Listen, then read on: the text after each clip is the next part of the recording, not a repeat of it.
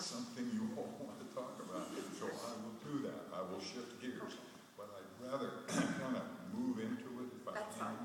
And Don't forget. no, Okay. I appreciate the interruption. It's important for us to distinguish between death and dying, by the way. They are obviously closely related, but they're not the same. Death is a state or a condition, the absence of life. It's when the body no longer has life in it. That's death. Dying is the process through which we go on our way to that state of death. And we could talk a lot about death. Obviously, it is, we have been created to move from birth to death. And we all will experience death. And the New Testament, especially the Old Testament, doesn't have a lot helpful to say about it. Just a few exceptions.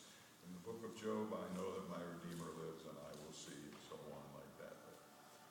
But for the most part, the Old Testament ends up with Sheol, which is a very shady kind of place.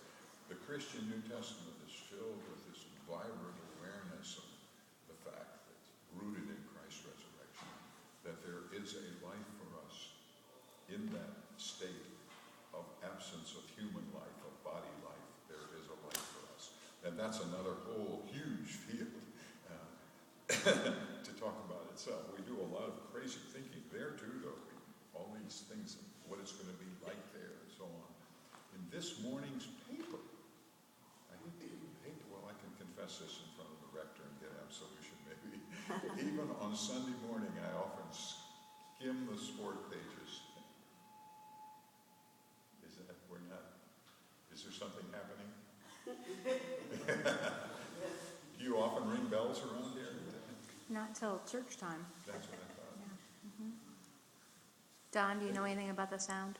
No, maybe that's switching the law, but I've never heard that before. Oh, okay. Don Lundquist knows everything here. You all can leave if you have to leave, but just let me know if it's a fire, okay? Okay. No, I skimmed the sport pages this morning, and the coach of the Wizards' mother died. They played the game, and he had to decide whether to play with his mother. And his mother had just died, and he said, she was such a basketball fan, I know she would want me to go on coaching. So he coached the game, and the Wizards, wonder of wonders, they won. They beat the game. That's the miracle. But afterwards, one of the players said, I'm sure his mother was up there with her pom-poms. We say some weird things. Let's just leave it to the point that we will be with Christ. And that's all we need to do. And more fully and completely in the presence of Christ than ever before.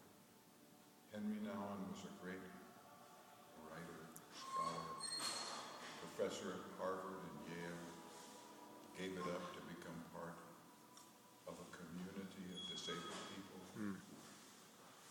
He was on his way to prepare breakfast for the young man who was in his care when a passing van side view mirror hit him, knocked him to the ground, rushed him to the hospital.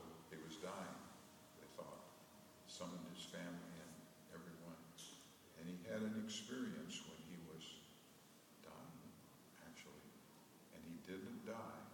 He recovered and lived for a while, but then had a massive heart attack and died shortly after. But he wrote about, when do we have to finish? 10:15. 10:15.